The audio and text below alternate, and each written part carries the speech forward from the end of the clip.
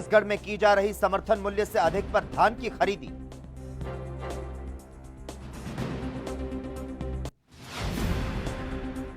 छत्तीसगढ़ में धान के बोनस को लेकर सियासत। कांग्रेस ने रमन को याद दिलाई पुरानी चिट्ठी, पूछा क्या पीएम को अब भी लिखेंगे पत्र।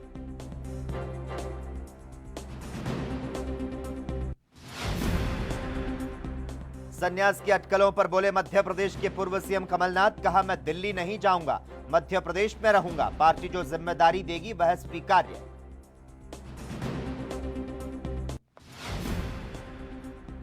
और एमपी सीएम शिवराज ने 2 मंत्रियों से की चाय पर चर्चा। प्रदेश में शुरू होगी मरीज मित्र योजना, स्किल डेवलपमेंट के लिए भोपाल में बनेगा ग्लोबल पार्क।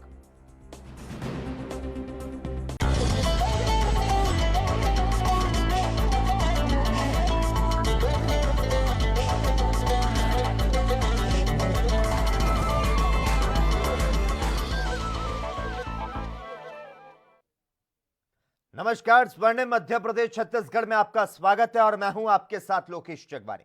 छत्तीसगढ़ के मुख्यमंत्री भूपेश बघेल गुरुवार को छत्तीसगढ़ के प्रसिद्ध तीर्थ स्थल राजिम में आयोजित प्रदेश स्तरीय भक्त राजिम माता जयंती महोत्सव में शामिल हुए। मुख्यमंत्री भूपेश बघेल ने मंच से कई महत्वपूर्ण घोषणाएं की। उन्होंने राजिम में राजिम माता शोध संस्थान के लिए 5 एकड़ जमीन देने की घोषणा की और इस दौरान सीएम ने कहा कि फिंगेश्वर के नवनिर्मित सामुदायिक स्वास्थ्य केंद्र का नामकरण भक्ति माता राजिम के नाम पर किया जाएगा। इसके अलावा राजिम में निर्माणाधीन धर्मशाला निर्माण के लिए 50 लाख रुपए की मंजूरी की घोषणा की। उन्होंने कहा कि राजिम मेला स्थल के विकास के लिए धनराशि की कमी नहीं होगी और इस दौरान सीएम ने कहा कि धर्मनगरी राजिम केवल एक शहर नहीं बल्कि ये पूरे छत्तीसगढ़ का संस्कृति का प्रतीक है।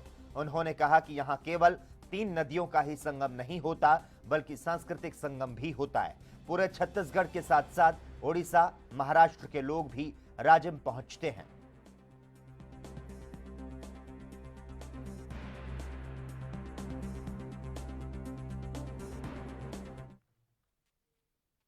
छत्तीसगढ़ के मुख्यमंत्री भूपेश बघेल बीते 1 सप्ताह से लगातार जिलों का दौरा कर रहे हैं। आज मुख्यमंत्री 3 जिलों के दौरे पर हैं। सीएम बघेल राजिम रवाना होने से पहले मीडिया से कई अहम मुद्दों को लेकर चर्चा कर रहे थे। बीजेपी के आंदोलन पर मुख्यमंत्री भूपेश बघेल ने बयान दिया। मुख्यमंत्री ने कहा कि दिल्ली में किसान काफी दिनों से कृषि कानून के खिलाफ संघर्ष कर रहे हैं। अच्छी बात है कि उन्हें समर्थन देने प्रदेश के किसान दिल्ली जा रहे हैं। समर्थन मूल्य की वजह से देश के किसान दिल्ली में आंदोलन कर रहे हैं, तो वहीं छत्तीसगढ़ में तो समर्थन मूल्य से अधिक पर धान की खरीदी हो रही है। फिर भी भारतीय जनता पार्टी यहां आंदोलन की बात कह रही है।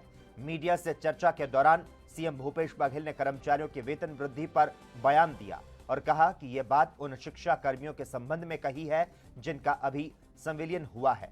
कर्मचारियों के संबंध में सरकार ने पहले ही निर्णय ले लिया। हमारे कर्मचारियों को जनवरी से वेतन वृद्धि का लाभ मिलना शुरू हो जाएगा।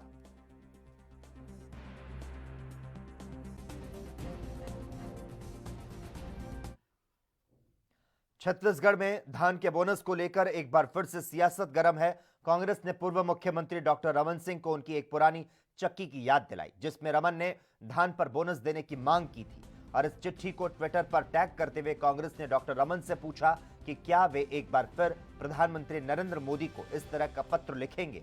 कांग्रेस ने अपने आधिकारिक ट्वीट पर ट्वीट किया, कुछ याद है डॉक्टर रमन जी, प्रदेश की जनता चाहती है कि आप साहस दिखाकर एक बार फिर से ऐसी चिट्ठी प्रधानमंत्री जी को लिखें।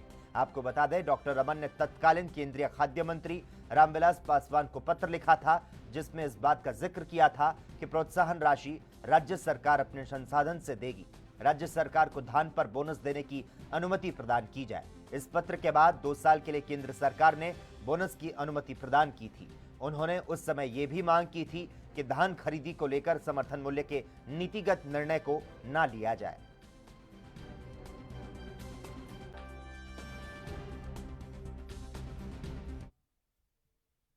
वहीं छत्तीसगढ़ के दंतेवाड़ा में अरनपुर थाना क्षेत्र की सीआरपीएफ 111वीं बटालियन के द्वारा कैंप में स्किल डेवलपमेंट कार्यक्रम किए गए, जिसमें नक्सल क्षेत्र के ग्रामीणों को हर परिस्थिति का सामना करने की ट्रेनिंग दी जा रही है और आत्मनिर्भर बनने की सीख दी जा रही है।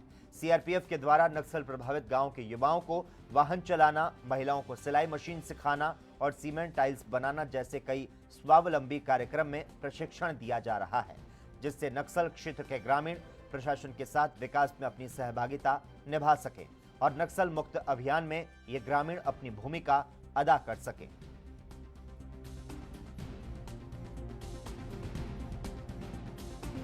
यहाँ पे तो उसको एक मार्क करने के लिए एक इंटीग्रेटेड डेवलपमेंट सेंटर 111 बटालियन यहाँ बनाया है और इसमें स्किल डेवलपमेंट के लिए कई प्रकार की सुविधाएं मुहैया कराई गई हैं। तो ये बहुत ही अच्छा मौका था कि महानिदेशक महोदय के कर कमलों से इसका उद्घाटन हो गया होता, इसी वजह से इसकी तैयारी की गई थी।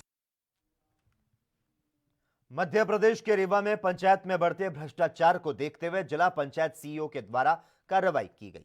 आपको बता दें, पंचायत में विकास कार्य के लिए दी गई राशि की अनियमितता करने वाले 3 पंचायत सचिवों को सस्पेंड किया गया। वहीं एक रोजगार सहायक की सेवा समाप्त कर दी गई, जबकि संबंधित पंचायत के सरपंच और आपको बता दें उपमंत्री को कारण बताओ नोटिस जारी किया गया। तो वहीं गंगे में कराधान मामले में लंबित जांच और ईओडब्ल्यू को समय पर जांच रिपोर्ट न दे पाने पर लापरवाह मानते हुए अपर जिला पंचायत सीईओ ने जिले के सीईओ से प्रभार वापस ले लिया। गंगेव जनपद का प्रभार अब मऊगंज जनपद सीईओ को सौंपा गया है। कल जांच के बाद जो हमारे सब इंजीनियर और सीईओ जनपद ने जांच कराई थी, उसके बाद जो जांच में रिपोर्ट आई थी उसमें कुछ पंचायतों में रिकवरी निकली जो कि लगभग 10 लाख के ऊपर की रिकवरी है। उसको संज्ञान में लेते हुए उनके ऊपर तुरंत कार्रवाई की जा रही है। उसमें खड्डा ग्राम पंचायत सिरमौर जनपद, उसके बाद धारी और जनकाहाई ये जवा जनपद और जौरोट ये गंगेव जनपद। एक लालगांव में जौरोट के जो सचिव थे वो लालगांव में एक्स्ट्रा चार्ज में पदस्थ थे गंगेव जनपद में। जौरोट सचिव जो थे जो लालगांव जनपद में पदस्थ, लालगांव ग्राम पंचायत में एक्स्ट्रा चार्ज में जो पदस्थ थे, उन्होंने 28 लाख की राशि निकास की है। उसमें काम नहीं किया जा पाया गया। इन सभी को संज्ञान में लेते हुए उनके तत्काल प्रभाव से इनको सस्पेंड कराया गया है। मध्य प्रदेश के उज्जैन के थाना माधवनगर क्षेत्र के अंतर्गत के पोस्ट ऑफिस में सहायक कर्मचारी द्वारा करीब 8 से 9 लाख के गबन मामले का खुलासा किया गया। जिले में सप्ताह भर में यह दूसरा मामला सामने आया है। दरअसल टावर चौक स्थित डाक विभाग के कार्यालय में उस समय हड़कंप मच गया जब ऑडिट में 8 से 9 लाख रुपए के घपले की बात सामने आई। मामले को तत्काल संज्ञान में लेते हुए विभाग के अधिकारी ने पुलिस को इस बात की सूचना दी, जिसके बाद से पुलिस मामले की जांच में जुट चुकी है।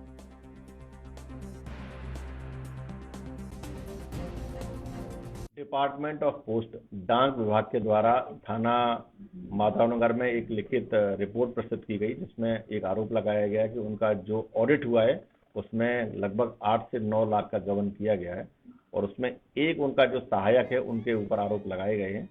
ये जो रिपोर्ट है, ये जो प्रतिवेदन है डाक विभाग की तरफ से थाना माधवनगर को लिखित में सौंपा गया है। इस आधार पर थाना माधवनगर के द्वारा 420 और 409 आईपीसी के तहत अपराध पंजीबद्ध किया है और इसमें एक आरोपी अभी जो उनका ही। मध्य प्रदेश के बालाघाट जिले में समर्थन मूल्य पर धान खरीदी की जा रही है ताकि किसानों को उनकी उपज का दाम प्राप्त हो सके, लेकिन बालाघाट के लेंगा में प्रबंधक पद पर कार्यरत धान उपार्जन के प्रभारी किसानों को बेवकूफ बनाकर काम कर रहे हैं। शासन के निर्देश के अनुसार कार्य करने की अपेक्षा शासन को सरेआम चूना लगा रहे हैं। सूत्रों के अनुसार हमारी टीम जब उन क्षेत्रों पर पहुंची तो वहां का हाल जाना और देखा कि खरीदी के केंद्र पर तो बिना एफएक्यू मापदंड के धान खरीदा जा रहा है, तो साथ ही किसानों के प्रति बोरे पर शासन के मापदंड के आधार पर ज्यादा पैसा लिया जा रहा है। जब हमारी टीम ने प्रबंधक और प्रभारी से पूछा और कहा कि फटे पुराने बोरे होने के कारण ज्यादा पैसा ले रहे हैं, उसी समय उच्च अधिकारी बालाघाट डीएमओ से फोन कॉल पर चर्चा करना चाहा तो उन्होंने हमारी टीम का फोन नहीं उठाया।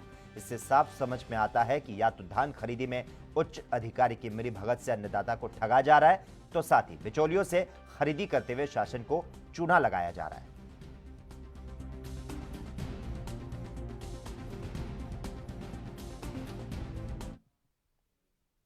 मध्य प्रदेश के रीवा में छुइया घाटी पर तेज रफ्तार स्कूल स्टाफ बस अनियंत्रित होकर पलट गई। बस के पलटने से 5 लोगों की मौत हो गई, तो वहीं हादसे में 2 दर्जन से ज्यादा लोग गंभीर रूप से घायल बताए जा रहे हैं। सभी घायलों को जिला अस्पताल में भर्ती करवाया गया, जहां पर उनका इलाज चल रहा है। बताया जा रहा है कि स्टाफ को ले जा रही बस घाटी में लोड ट्रेलर से जा टकराई, जिसके चलते यह बड़ा हादसा हुआ।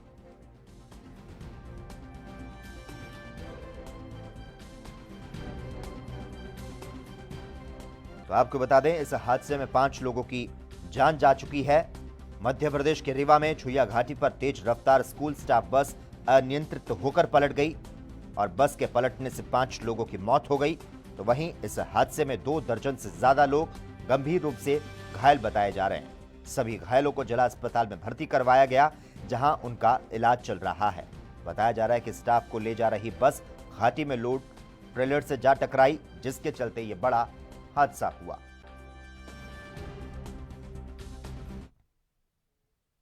मध्य प्रदेश के उज्जैन में जहरीली शराब कांड के आरोपी बर्खास्त सिपाही सुदेश खोड़े को बुधवार देर रात सेंट्रल जेल भैरवगढ़ में मौत हो गई। जेल प्रशासन से मिली जानकारी के अनुसार सुदेश की मौत हार्ट अटैक से हुई। रात करीब 2:40 पर सीने में दर्द की उसने शिकायत की। जेल अस्पताल में इलाज के दौरान उसने दम तोड़ दिया। जेल अधीक्षक अलका सोनकर ने बताया कि रात में ही वायरलेस के माध्यम से वरिष्ठ पुलिस अधिकारियों को सूचना दे दी गई थी। इस पूरे मामले पर एफएसएल अधिकारी प्रति गायकवाड़ ने कहा कि जांच में मौत का कारण ना तो सुसाइड और ना ही हत्या और कुछ बताया जा सकता है, क्योंकि बॉडी पर किसी तरह के निशान जो है वो नहीं मिले हैं। फिलहाल पोस्टमार्टम के लिए भेजा गया है।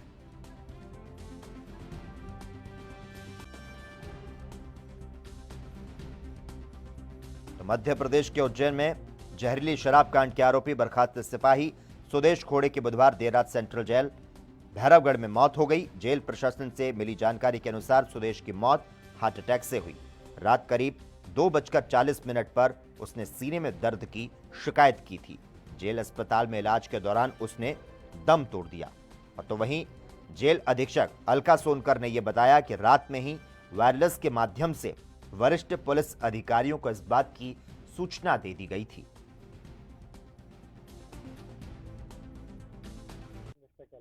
प्रथम दृष्टया में मामला न तो अभी सुसाइड का कहा जा सकता है, न ही कोई अन्य कारण बताया जा सकता है। अंतिम राय तो पोस्टमार्टम से दी जाएगी, पर प्रथम दृष्टया में मृतक के शरीर पर कोई चोट का निशान नहीं है, कोई ऐसी सुपरफिशियल इंजरी नहीं है, कपड़ों पे कोई डिस्टर्बेंस नहीं है, कपड़े व्यवस्थित है, जो पहने थे वही कपड़े हैं और मृतक के शरीर पर कोई ऐसा प्रेशर मार्क या ऐसी कोई चीज नहीं है। हमने मृतक का होल हार्ट और विसरा और सभी चीजें सुरक्षित करने का डॉक्टर को निर्देश पीएम फॉर्म में दे दिया है।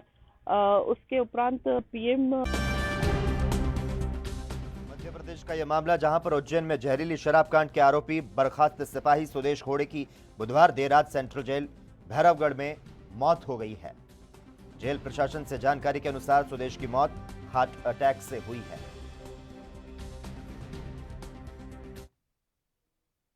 खबरों का सिलसिला लगातार जारी रहेगा। हम यहां पर रुकते हैं एक छोटे से ब्रेक के लिए।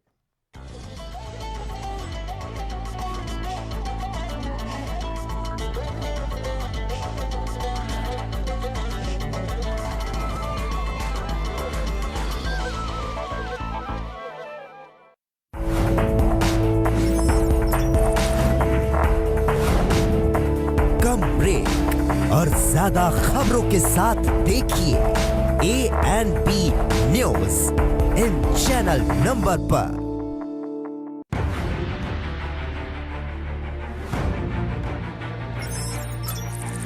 खबर चाहे सियासत की हो या सरकार की, खबर चाहे भ्रष्टाचार की हो या गुनहगार की, दिन भर में क्या रहा देश जगत का हाल, किस मुद्दे ने बनाई किसकी सरकार, रखते हैं हम सब पर नजर, पहुंचाते हैं हम हर खबर। हम हैं ANP न्यूज। क्या आप दुबले पतले कमजोर हैं? आपकी सेहत नहीं बनती, भूख कम लगती है, वजन नहीं बढ़ता। दरअसल मेन बात खाना पीना खाना नहीं है, मेन बात है खाया पिया लगना। और अगर खाया पिया लगेगा ही नहीं तो सेहत बनेगी कैसे? इसलिए हमारी संस्था सन्यासी आयुर्वेदा ने एक ऐसी दवा बनाई है जो कि आपके पाचन तंत्र को, आपके लीवर सिस्टम को ठीक करने का काम करती है, ताकि आप जो भी खाएं उसका पूरे का पूरा निचोड़ आपके शरीर को लगे, आपकी भूख बढ़े, खाया पिया सही से लगे, नया खून बने, हड्डियों में जान आए, वजन बढ़े, ताकत बढ़े, चेहरे पर नूर आए और आप मोटे तगड़े खूबसूरत पर्सनैलिटी के मालिक बन जाएं। यह दवा पूरी तरह से आयुर्वेदिक होती है। इसका शरीर पर कोई भी साइड इफेक्ट, कोई भी नुकसान या दुष्प्रभाव नहीं होता। लड़के लड़कियां दोनों इसका इस्तेमाल कर सकते हैं और पहले 15 दिन के अंदर ही आपको इसका असर महसूस हो जाएगा। सिर्फ 650 रुपए की पूरे 1 महीने की दवा होती है और आप इसे घर बैठे 01145454545 पर फोन करके दवा मंगवा सकते हैं। लखनऊ से लेकर चंडीगढ़ तक, मुंबई से लेकर रायपुर तक,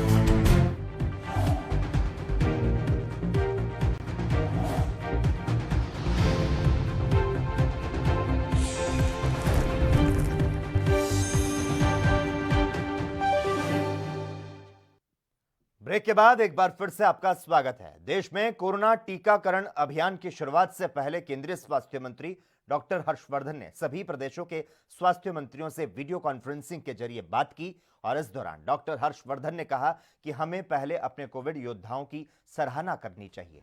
हम अपने स्वास्थ्य कर्मचारियों और वैज्ञानिकों को सम्मान रूप से सलाम कर रहे हैं। केंद्रीय मंत्री ने कहा कि शोध कार्य से लेकर वैक्सीन तक हमने बहुत बड़ी यात्रा की। लगभग 30 वैक्सीन उम्मीदवार भारत में हैं, जिनमें से 7 ट्रायल फेज में हैं। 7 में से 2 टीकों को आपातकालीन उपयोग की मंजूरी मिली। हम जल्द ही प्रक्रिया शुरू करेंगे। आप जानते हैं कि वैज्ञानिकों के सद प्रयासों से अभी देश में, हमारे भारत में बहुत सारे वैक्सीन्स के डेवलपमेंट के ऊपर काम हो रहा है।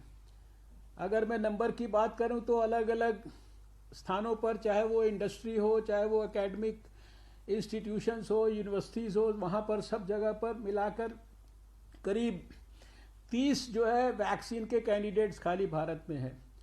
और इसमें से 7 वैक्सीन कैंडिडेट ऐसे हैं जो क्लिनिकल ट्रायल्स और प्री क्लिनिकल ट्रायल्स के एडवांस फेजेस के अंदर है। और उसमें जो 2 वैक्सीन्स ऐसी हैं जिनके बारे में हम लोग जानते हैं, जिनके बारे में सारे देश ने जो घोषणा है उसको सुना है कि 2 हमारी वैक्सीन्स जो है उनको इमरजेंसी यूज ऑथराइजेशन मिल गया है।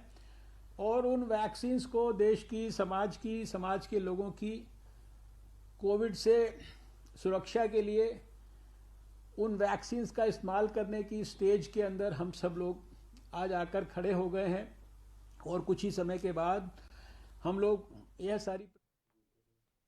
वहीं दिल्ली में एक बार फिर से सड़कों पर कूड़ा कचरा देखने को मिल रहा है। दरअसल एमसीडी कर्मचारियों ने सैलरी ना मिलने पर सरकार के खिलाफ प्रदर्शन किया है। उनका कहना है कि 5 महीने से सैलरी नहीं मिली है, घर का गुजारा करना मुश्किल हो गया है। एमसीडी के बीच में पिसता हुआ आम नागरिक, यानी कि कह सकते हैं जो सफाई कर्मचारी है वो पिसता चला जा रहा है। बात करें जिस तरीके से सफाई कर्मचारियों ने अब सदर बाजार एसपी जोन के बाहर प्रदर्शन करने के लिए कह सकते हैं अड़ गए हैं और कहीं ना कहीं जो कूड़ा है वो सड़कों पर आ चुका है। मगर बात करें जिस तरीके से लोगों की इनको परेशानी क्या है, किस वजह से ये प्रदर्शन कर रहे हैं, तो इनसे जानने की कोशिश करेंगे कि लगातार इनकी डिमांड क्या है। सर अपना नाम बताइए। मेरा नाम संजय, सफाई कर्मचारी हूँ। 5 महीने से वेतन नहीं मिल रहा है। घर में बुरा हाल है, ना आटा है ना दाल है, घर का बुरा हाल है। किराया भी मांग मांग के लेना पड़ रहा है। दूध वाले ने दूध बंद कर दिया, सब्जी वाले ने सब्जी बंद कर दी। अरे झूठ बोलते तुम्हारी तनख्वाह नहीं आती है। राशन वाले ने बंद कर दिया। मेरे बेटे की पढ़ाई खराब हो रही है। मैं बहुत परेशान हूँ मैं। और ये जो सफाई कर्मचारी आज आक्रोश कर रहे हैं, आज से हम हड़ताल पर जा रहे हैं। और जब तक हमारी मांगे पूरी नहीं होती, जब तक काम नहीं करेंगे, जब तक 5 महीने का हमारा वेतन नहीं मिलेगा, हम सफाई नहीं करेंगे। और इतना बुरा हाल कर दिया सरकार ने, बहुत ज्यादा। जो पिछली सरकार थी वो अच्छी थी, 1 महीने की तनख्वाह में आ जाती थी 1 तारीख को। जब से ही सरकार आई है केजरीवाल की, इसने हमारा जीना दुभर कर दिया। एक दूसरे पे लड़ते, वो कहता 13,000 करोड़ लेने बीजेपी वाले, वो कहते 250 करोड़ लेने। अब कहाँ जाए हम लोग? आप एक महिला हैं, क्या लगता है कि आपको घर का गुजारा बहुत बुरा हाल है सर। घर में बहुत बुरा हाल है, बहुत ज्यादा बुरा हाल है। हम एक पैसे से परेशान हो रहे हैं। मेरे बच्चे बैठे हुए हैं बहुत भूखे प्यासे। एक तनख्वाह दे दी थी, कह रहे दे दी, बस बैठा देते, चुपचाप कर देते। अरे घर का खर्चा कैसे चलाते हैं आप? घर का खर्चा 5 महीना हो गए, तनख्वाह नहीं आ रही। जब तक हमारी तनख्वाह नहीं आएगी हम काम नहीं करेंगे। और हमारे कटोरा हाथ में दे दिया, भीख मांगने की अब नौबत आ गई। सड़कों पर इस तरीके का कूड़ा जो फैला हुआ है वो दिखाने की कोशिश करेंगे और फिर इनके बाद में इनके पास दोबारा से आएंगे कि सड़कों पर कूड़ा किस तरीके से फैला हुआ है। और लगातार कहीं ना कहीं कोशिश ये की जा रही है दोबारा से सड़कों पर कूड़ा नजर आएगा और इनका प्रदर्शन कहीं ना कहीं जारी रहेगा। केंद्र सरकार या फिर दिल्ली सरकार या फिर एमसीडी, क्या दोनों ही के बीचों में आम जनता की इसी तरह का पिसती रहेगी? Rajiv Kumar Tiwari, NB news, Delhi. वहीं कृषि कानूनों के विरोध में दिल्ली में लगातार किसानों का प्रदर्शन चल रहा है, तो वहीं किसानों के आंदोलन में शामिल होने के लिए पंजाब के भटिंडा से हजारों मजदूर दिल्ली के लिए रवाना हुए। इसको लेकर मजदूर यूनियन के जोरा सिंह नसराली ने कहा कि केंद्र सरकार द्वारा पारित किए गए कृषि कानूनों का सिर्फ किसानों पर ही नहीं बल्कि मजदूरों पर भी प्रभाव पड़ रहा है। इसके साथ ही उन्होंने कहा कि जब तक कृषि कानून वापस नहीं लिया जाता इसी तरह से विरोध जारी रहेगा।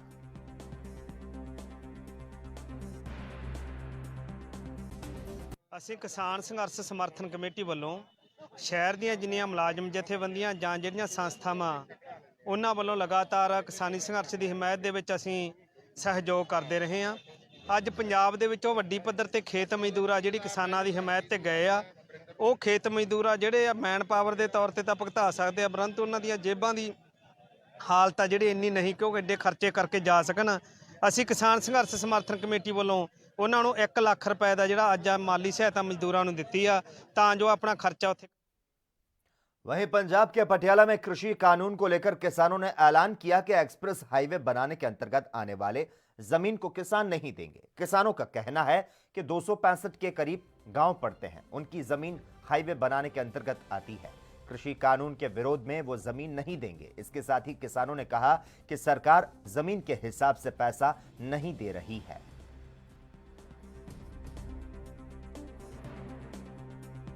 ਅਸੀਂ ਦਿੱਲੀ ਕਟੜਾ ਐਕਸਪ੍ਰੈਸ ਵੇ ਨੂੰ ਲੈ ਕੇ ਚੱਲ ਰਹੇ ਹਾਂ। ਜਿਹੜੀ ਪੰਜਾਬ ਸਰਕਾਰ ਤੇ ਸੈਂਟਰ ਸਰਕਾਰ ਹੈ ਇਹ ਕਾਲੇ ਕਾਨੂੰਨਾਂ ਦੀ ਗੱਲ ਕਰ ਰਹੇ ਆ। ਪੰਜਾਬ ਸਰਕਾਰ ਕਹਿ ਰਹੀ ਹੈ ਕਿ ਮੈਂ ਕਿਸਾਨਾਂ ਦੇ ਹੱਕ 'ਚ ਹਾਂ ਤੇ ਸੈਂਟਰ ਦਾ ਪ੍ਰੋਜੈਕਟ ਬੰਦ ਕਿਉਂ ਨਹੀਂ ਕਰਾ ਰਹੀ ਉਨੀ ਦੇਰ ਜਿੰਨੀ ਦੇਰ ਸਾਡਾ ਉੱਥੇ ਸੰਘਰਸ਼ ਚੱਲ ਰਿਹਾ ਦਿੱਲੀ। ਸਾਨੂੰ ਕਿਸਾਨਾਂ ਨੂੰ 2 ਹਿੱਸਿਆਂ 'ਚ ਵੰਡਿਆ ਜਾ ਰਿਹਾ ਹੈ। ਅਸੀਂ ਦਿੱਲੀ ਵੀ ਲੜਾਈ ਲੜ ਰਹੇ ਹਾਂ ਤੇ ਅਸੀਂ बदायूं में अधेड़ उम्र की महिला के साथ हुए दर्दनाक सामूहिक दुष्कर्म की घटना ने एक बार फिर से मानवता को शर्मसार कर दिया। इस मामले के शुरुआती दौर में पुलिस का रवैया निंदनीय है। वहीं गुरुवार को राष्ट्रीय महिला आयोग की सदस्य चंद्रमुखी देवी बदायूं पहुंची। उन्होंने पहले एसएसपी के साथ बैठक करते हुए पूरे मामले की जानकारी ली। उसके बाद पीड़िता के परिवार से मुलाकात की। उन्होंने कहा कि मुख्यमंत्री योगी आदित्यनाथ शुरू से ऐसी घटनाओं के सख्त खिलाफ हैं। हमें विश्वास है कि दोषियों को किसी भी कीमत पर बख्शा नहीं जाएगा। आपको मालूम हो कि राष्ट्रीय महिला आयोग ने बदायूं दुष्कर्म की घटना प्रकाश में आने के बाद तुरंत इसका संज्ञान लिया। आयोग की अध्यक्ष रेखा शर्मा ने बुधवार को ही आयोग की एक सदस्य के बदायूं जाने के बारे में जानकारी दी थी। आयोग की सदस्य चंद्रमुखी देवी देखेंगी कि महिला से गैंगरेप के मामले में कार्रवाई ठीक से हुई या फिर नहीं, अगर हुई तो कितनी। बातचीत ये हुई कि घटना तो निंदनीय है, ये जो भी कुछ हुआ है, और घटना आपको और हमें सबको मालूम है, और सरकार के स्तर से और शासन के स्तर से सब कुछ काम किया जा रहा है इनके लिए। इनको हमने अपना नंबर भी दे दिया है, कभी भी इनकी कोई समस्या होगी तो वो हमसे बात करेंगे। अभी खैर जो ये घटना हुई है, हम घटना के दूसरे पहलू की बात कर रहे हैं कि 5 बच्चे हैं इनको और 2 की शादी हो गई है, 3 अभी अनमैरिड है, पढ़ाई कर रहे हैं। जी जी। और सरकार ने शायद 10 लाख की घोषणा की है। हाँ इनका जी। कहना है कि हमारे जो बच्चे हैं उनके पापा भी बीमार रहते हैं, दोनों बहनों की शादी करनी, भाई पढ़ाई करनी है, तो हम लोग कैसे करेंगे? जो कमाने वाली माँ थी वो ख़त्म हो गई, तो इसके लिए क्या कुछ मदद कि बच्चे भाई को कुछ नौकरी मिल जाए या जो सहायता राशि है उसको बढ़ाया जाए, कुछ इस तरह की? देखिए ऐसा है, ये चीज़ें हम रखेंगे अपनी अध्यक्ष महोदय के सामने, वो बात करेंगे। और वैसे तो जितने भी सरकारी योजनाएं हैं उसमें डीएम साहब से हमारी बात हुई, एडीएम साहब हमारे साथ थे, उन्होंने यही कहा है कि हम आपको पूरी जितनी भी योजनाएं उनका लाभ आपको देंगे जल्दी से जल्दी। 70,000 का इनका इंश्योरेंस, चूँकि ये आंगनबाड़ी सहायिका थी, वो भी जल्दी शीघ्र कराएंगे। राशन कार्ड इनका बनवा दिया गया है और तुरंत इनको जो वहीं देश के कई हिस्सों में बर्ड फ्लू के कारण सतर्कता बढ़ा दी गई है। गुरुवार को उत्तराखंड में कुछ स्थानों पर मृत कौवे मिले, जिसके बाद अलर्ट जारी किया गया। तो साथ ही अब उत्तर प्रदेश के नोएडा में बर्ड फ्लू के संकट को देखते हुए आइसोलेशन वार्ड बना दिया गया है। उत्तराखंड सरकार के मुताबिक देहरादून में 2 स्थानों पर करीब 6 मृत कौवे मिले हैं और इन सभी को टेस्टिंग के लिए भेजा गया ताकि बर्ड फ्लू को लेकर किसी तरह की आशंका को दूर किया जा सके। हालांकि अभी राज्य में बर्ड फ्लू को लेकर सतर्कता बरती जा रही है। अगर उत्तर प्रदेश के नोएडा की बात करें तो यहां पर अलर्ट जारी कर दिया गया है। जिला अधिकारी सुहास एलवाई ने गुरुवार को वन विभाग, स्वास्थ्य विभाग और पशुपालन विभाग के साथ बैठक की और जरूरी निर्देश दिए। स्वास्थ्य विभाग ने यहां जिला अस्पताल में 6 बेड का आइसोलेशन वार्ड तैयार किया ताकि अगर किसी में बर्ड फ्लू के लक्षण मिलते हैं तो उसे तुरंत यहां लाया जा सकता है।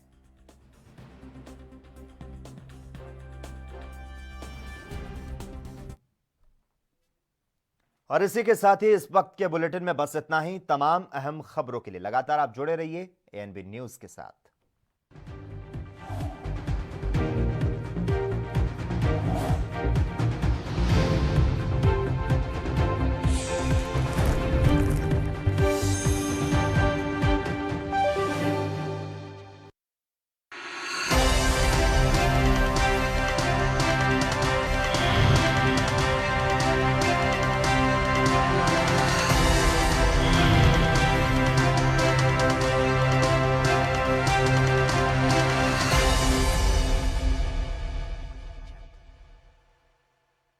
क्या आप दुबले पतले कमजोर हैं, आपकी सेहत नहीं बनती? भूख कम लगती है, वजन नहीं बढ़ता?